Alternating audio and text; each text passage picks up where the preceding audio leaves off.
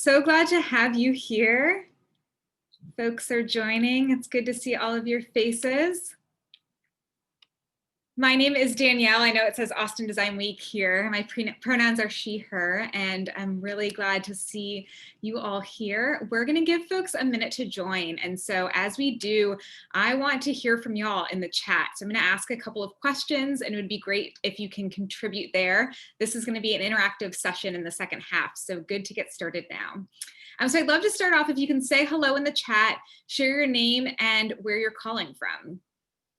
So if you don't already have it open, open up the chat on the side, share your name, let us know where you're calling from, joining in from.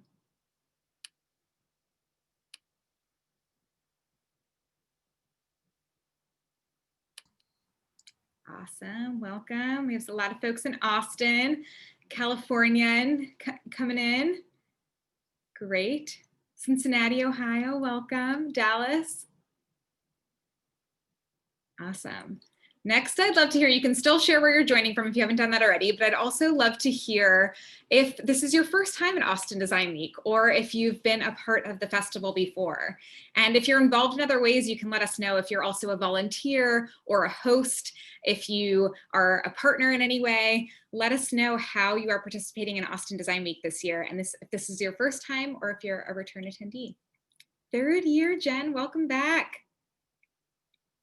Second time, awesome. First time, I saw lots of first timers introducing themselves in the Slack. Great, lots of new folks. Welcome. Fifth year from the beginning, awesome. Second time. Perfect. All right, and then the last question that I have before we go into our kickoff, and again, if you're just joining, we're just answering some questions in the chat. You can share your name, where you're joining from, if this is your first year at Austin Design Week, or if you've been before. And then finally, I want to know, what is the event that you're most looking forward to this week? And if it's one that you attended today, that's okay too. You can write that and you could say, I went to this event and it was awesome. But if there's an event that you're really looking forward to, we want to hear it. So drop that in the chat.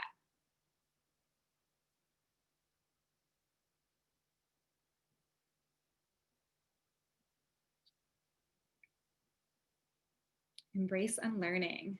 Fantastic. How changing our language can reframe our world. That's a good one. Thanks, Madison. Art and Architecture one with Michael Shu. I think that's happening tomorrow. A workshop in do-it-yourself animation. Becoming digital Sherlocks. Stacey's keynote. We're here. Awesome. We're at your most anticipated event. Great. Well, it is so fantastic to have you all here. Welcome to the 5th annual Austin Design Week. We're so glad to have you here and excited to have you kick off this week with us. If you did already today, or if this is your first session, welcome, welcome. As I mentioned before, my name is Danielle Barnes. I'm one of the co-founders of Austin Design Week. I'm here with Candace Digby, one of my co-founders, who's going to be chatting with you in just a bit too to help us get kicked off. But what we want to do today is just share a little bit more about, what Austin Design Week is about, especially for those of you first timers, and to help welcome you to this year's festival. So the heart of Austin Design Week is community, and you might have seen we've been filling in that embrace in the blank with community oftentimes in our promotion, and that's really how everything started. We wanted to be able to bring together some of the existing communities that already existed in Austin to support design and have them come together in a giant celebration of design in Austin. And so 5 years ago, we kicked off our very first event. You can see the poster behind me from that first year. And it's continued to grow and evolve since, again, with the help of the community. And our goal, as I mentioned, is not just to bring folks together, but to really help you learn from one another, to be able to challenge one another, to have important conversations and to grow. We also really wanted to make sure that we can introduce other folks to design who maybe were curious about design, but didn't consider themselves designers, or maybe were brand new to design, but it impacts their life every day and wanted to know more. And so each year, Austin Design Week has grown more and more from this kind of core group of designers who are architects and graphic designers and service designers, folks working in healthcare and in the city. to then, as I mentioned, folks who maybe are new to design and curious about learning more. And then each year as well, we've had individuals from outside of Austin starting to show up and see what are the conversations that are happening in Austin about design and how can I be part of it? And this is a really unique year. And I think one of the things that's really magical about it, embracing the magic of what's coming from the chaos of this year, is that we have even more folks from ever joining from all over and can be part of this event with our new mostly virtual format. So I want to say a couple of thank yous before we dive into, really what this week is all about and what you can expect in tonight's event. We have a lot of different people who help make this possible. So first and foremost, I want to give a shout out to our sponsors, IBM, M&P, Zebra, Frog, The Label Collective, and Marketing 360. These are folks that are really helping power this event. As you all know, this event is completely free to attend, and that's really thanks to these organizations that help make that possible. We also have community partners. So I mentioned getting started with Austin Design Week. We weren't building a community from scratch. We were bringing together different design communities like AIA and AIGA and the UT's program and Creative Mornings and Boss Babes and all these different groups that year-round support different designers and different creatives. And we could not have this event without them. They really helped show up, bring their communities into part of Austin Design Week, work together. There's a lot of really interesting collaborations this year across different community partners. And so we're super grateful to them. And then so many people that are involved that help make this year possible. So you might see some of the team screens behind you of folks that are joining in. We have individuals that volunteer their time all throughout the year to make Austin Design Week a reality, from helping set up our communications to working with our hosts. We also have volunteers that reach out the week of and help us make sure that the event is safe and welcoming and inclusive to everyone. And as I mentioned, these are all volunteers. So Austin Design Week is a completely free event and it's all put on as a labor of love. And so we are so grateful to all of those volunteers who volunteer either year round or the week up and come over year after year. And then finally, I want to give a shout out to our advisory board members as well. So each year we select an advisory board that's made up of members of the community within different design fields who work alongside different communities, who are part of different industries. And they help us really choose the direction of the year and choose the theme of this year. And so we want to thank them for everything that they've done to help make this event a reality. And with that, I'll pass it over to my co-founder, Candace Digby, to talk more about this year's event. Hi, everybody. Welcome. It is so good to see everybody again, and being in the chat all day has just been so energizing and so fun. So hopefully you all have already, found something great that you like or already have a lot of things lined up for the week, because it's a pretty incredible lineup and I just feel like they've gotten better and better all day already. But, speaking of our amazing board that Danielle talked about, they really are an incredible collection of talent from across all different areas of design in Austin. And, we've had past board members even sort of weigh in and help put some of the current board members on the board. So we really try to be thoughtful about having new voices and then also having some people who have been familiar with ADW before so they know what to expect. And it's just really cool collection of people who really give a lot of time and thought into what you all see when we go live at the end of the session of boredom. Boredom, does that work? But obviously it was a very interesting, very different year this year. And when we had to come up with the theme, when we were tasked with the theme, it was very early on in the pandemic. And so we discussed all the ways in which we had no idea what would happen next or what we should be focused on, not only as, an ADW board, but as, humans or community members or designers in our own right. So, what do you think about when everything feels crazy around you? What is the focus and how do you decide to commit to one theme or the other, not knowing what'll happen next? So it was an interesting conversation, but I'll say, I think the beauty of design is that at its core, it is a creative way to solve problems. And so the board came up with this idea of embrace. And even though we can't control what comes next, and we don't know what to expect around the corner. What is it that we do want to embrace going forward? And what is it that we do want to wrap our arms around? And I just, even when we can't touch each other, which I thought was, so fascinating and a really interesting concept. And so I'm really excited and proud of this theme. And we, so ADW 2020 is our 5th year, believe it or not. Some of you all have been here for all of that. We saw that in the chat. But it is quite possibly the wildest year any of us have known. And we're asking you what you want to embrace going forward. And, design is about making and creating for a better future. So let's use these skills and this, week of sort of recharging and re-inspiring to think about that. So I now have the absolute honor of introducing a man who knows all of this all too well. He is in a very interesting position now, and always in working in the healthcare field. But Stacey Chang is the executive director and founder of the Design Institute for Health. And he is also a past board member of Austin Design Week. And so he's contributed quite a bit to this community already. We are thrilled to have him here tonight to speak and do the keynote. So I am going to pass it off to you, Stacey. Awesome. Thanks so much, Candace. Yeah, no, don't clap yet. You haven't heard what I had to say. So I'm going to share my screen here so everyone can see this. Yeah, it's an interesting moment to be giving keynotes in healthcare, especially design in health and healthcare, mostly because it's usually a really narrow audience. But in this year, we're all experiencing, in some ways, the failure of design in health and healthcare with this pandemic. So I'm not going to presume all of you guys are healthcare nerds like I am.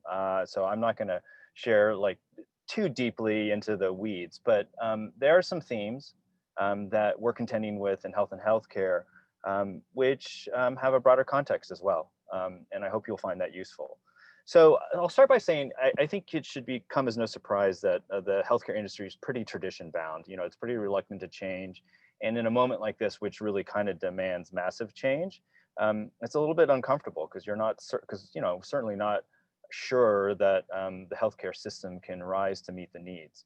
And I'm going to start with this illustration, right? So I get all these hilarious articles in my email stream. One of them is from a management consulting firm, which rhymes with whimsy or something like that. And it's like healthcare clickbait. It's just like the ads you see on the internet. It's like, 6 things your mother told you never to eat, right? Well, I get the same kind of stuff in my email inbox, and this one's like 6 trends that are going to shape the post-COVID-19 era of healthcare. And they go into all these things, and I won't bore you with all this, but like the really sad thing is they're like, the pandemic has revealed that there are inequities in healthcare, or like, people are going to lose their jobs, so they won't have healthcare insurance, and so like more people are going to need assistance in healthcare. And the sad part of that is that these were all known before COVID. Like these were trends we were all familiar with. And frankly, the point of me sharing this is that incrementalism, like trying to draw a through line from the past through this pandemic to try to predict what the future is going to look like, just isn't going to cut it. It doesn't make any sense, right? We're actually not designing for a new version of normal. We're actually designing for something very different. So it's actually more about designing for the abnormal, because everything that we're sitting in right now and everything that we're headed for is going to feel deeply abnormal compared to what we've been used to. So, if you guys are all designers, you spend enough time with any of us, someone's going to draw this on the back of a napkin in the first 2 minutes, right? Yeah, innovation is, right? And we talk about technology and business, but we always talk about people. And I think this is a moment when we're reminded about sort of the humanity of our existence, right? Like, right now, like literally humanity is sort of at a tipping point. And so where else to look to the future than to the needs of the humans that the systems serve? And so I'll give you some examples from healthcare, some really sort of fundamental truths, and they might even feel a little bit generic to you, but honestly, they have applicability across literally every industry. So I'm going to begin with this, which is, I think, kind of a truism, and that is people experience healthcare in the context of their broader lives, right? You don't walk into a clinic or you don't get admitted to a hospital and all of a sudden forget that like you have a life outside, right? You don't forget your consumer experiences and all the expectations they bring with you, that, you don't forget your livelihood and what you do. Like, healthcare is a component of your life. It's not your whole life, even though the healthcare system likes to think about it differently. In this moment, we're all experiencing health crises, right? Masks and social distancing and concern about infection in the context of a social and economic crisis, right? So, you know, this system, we're not forgetting all the other things that happen alongside this healthcare crisis we're feeling. You know, it's in the broader context of society. And so with that in mind, I want to share a few, I think, fundamental truths that are poignantly true in healthcare, but also truly applicable to every other industry in the moment. And so the first one really is about this notion of trust, right? So trust is in super short supply right now in health and healthcare, right? In the context of the pandemic, you know, we've lost trust that our public health and healthcare systems can keep us safe. You know, our nursing homes are ground zero for like morbidity and mortality. You know, if you had chronic conditions and you were otherwise pretty well managed, all of a sudden you're at the highest risk for dying if you get infected.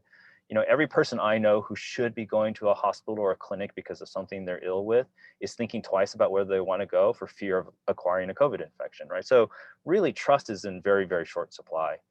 But if we can be honest, that's always been the case, right? Like, so this is a cartoon we drew when we started here at UT Austin years ago about what the standard experience in healthcare feels like. And, you know, this is a little bit of a generic version of it, but mostly it's like, you know, you show up and they ask for a bunch of documentation. You probably pay before you actually get any service. You wait some more. Someone sends you somewhere else. You wait there.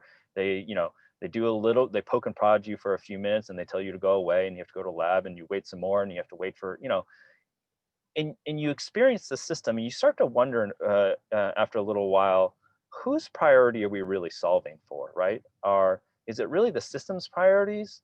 Like, do I go to a clinic because it's more convenient for them, or is it more convenient for me?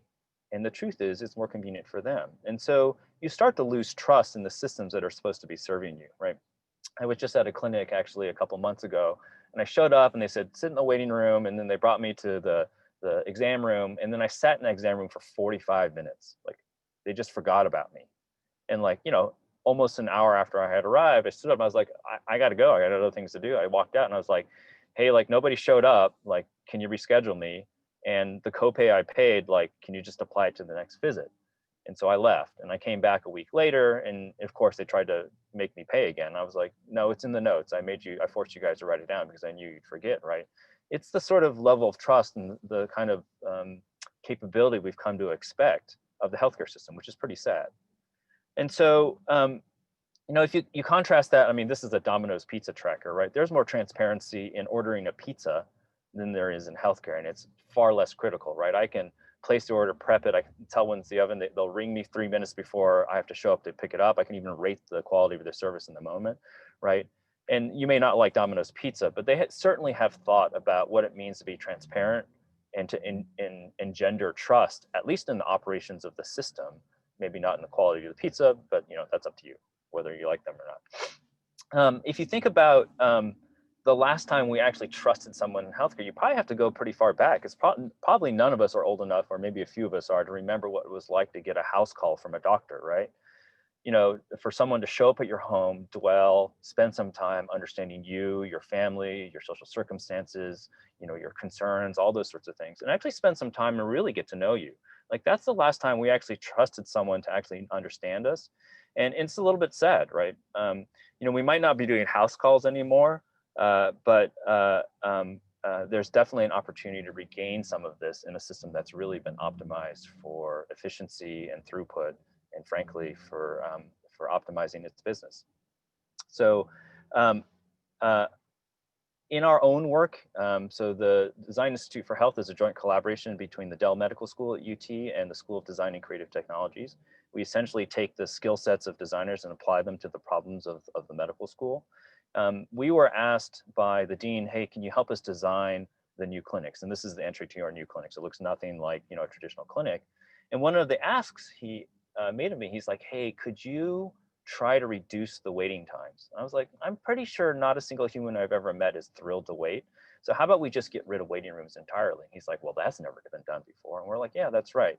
in the same way, like Henry Ford claimed, right? Like if you had asked his customers, they would have said a faster horse. They could have never imagined a car. And so, part of this is actually engendering trust with our clients. People usually call patients in the healthcare industry and saying, hey, look, we actually value your time as much as you do, and we're not going to make you wait so that we're perfectly busy and we just draw you in when we're ready, but we're actually going to honor your time as well.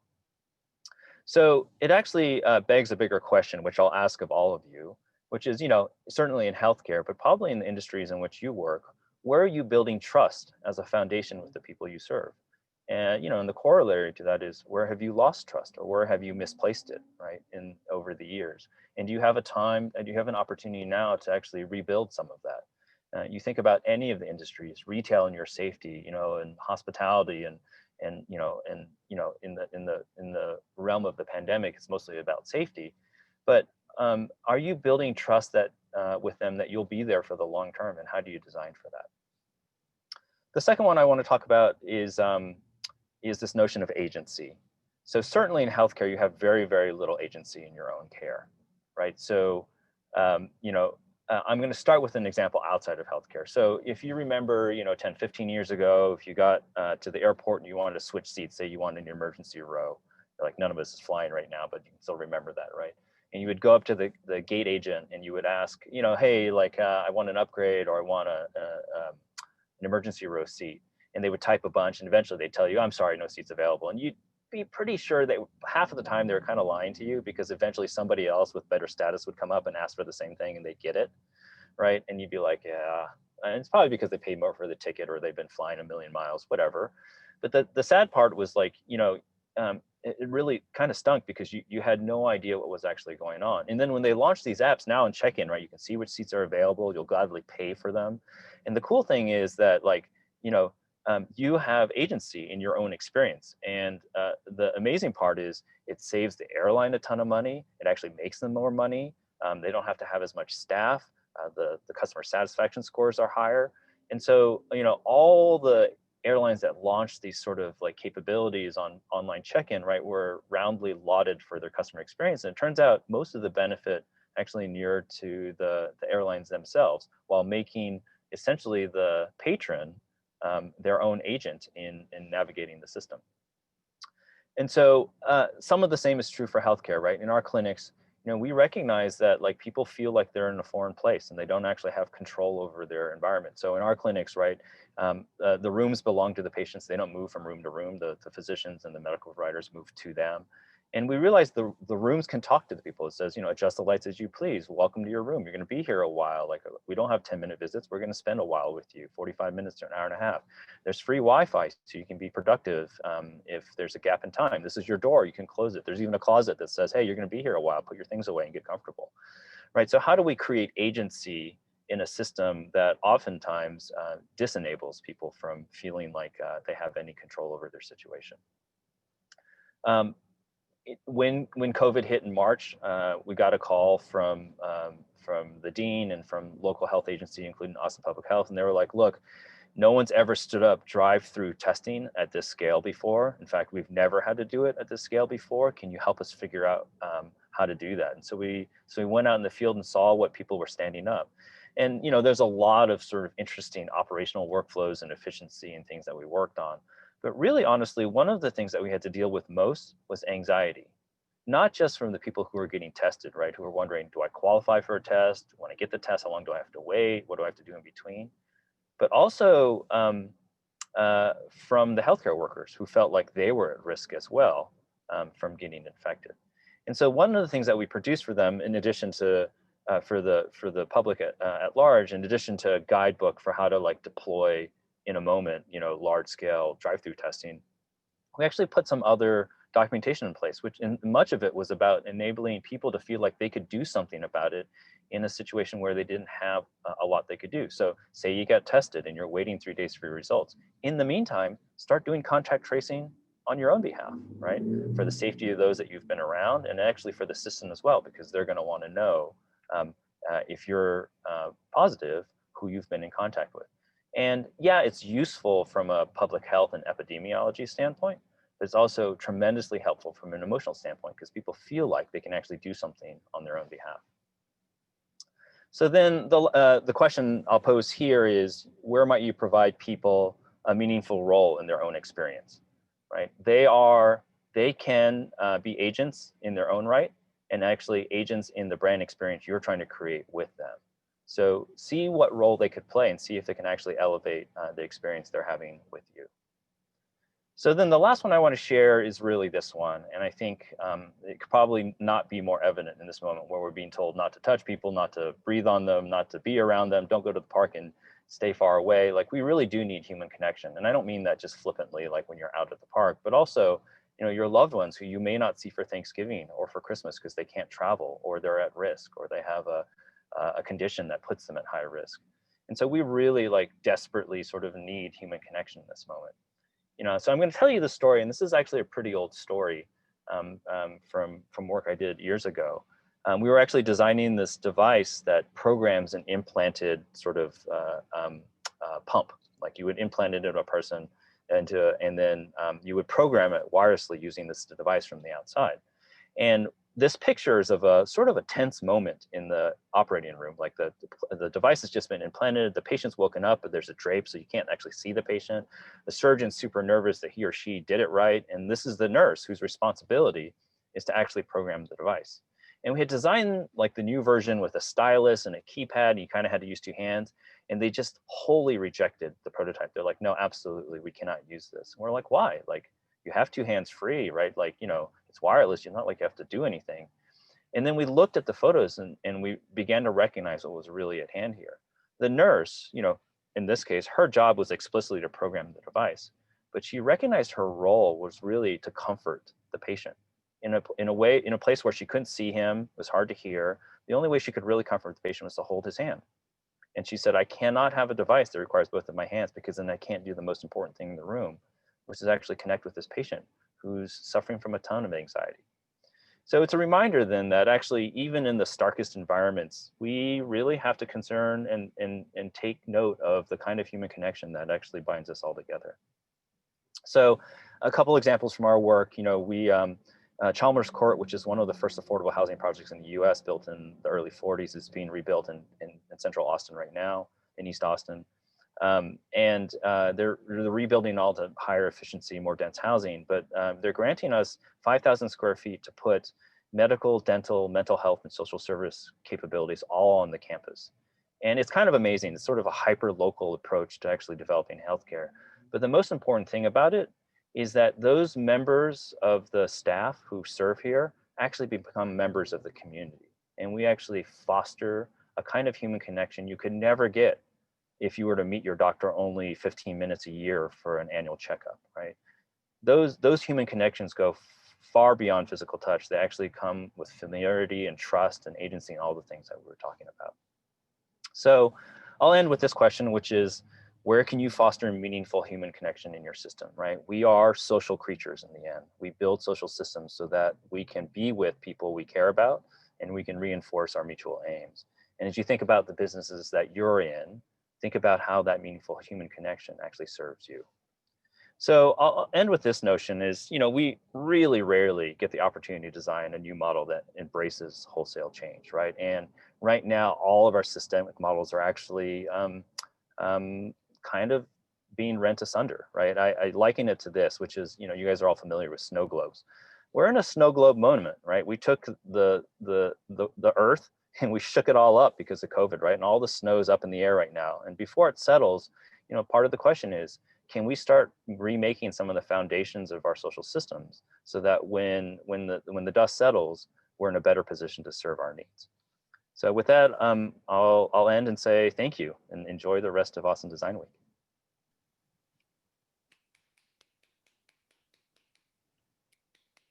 Stacey, thank you so much. We really appreciate you joining us and being here and sharing. Just, it's so interesting because healthcare is really the center of everything right now, of our focus because of everything that's going on, but it is so applicable across all of our areas of design. And so I know that Danielle has some more ideas and ways for us to do some breakout sessions on some of those concepts and themes that you've so lovely laid out for us. So thank you so much. My pleasure. Stacey.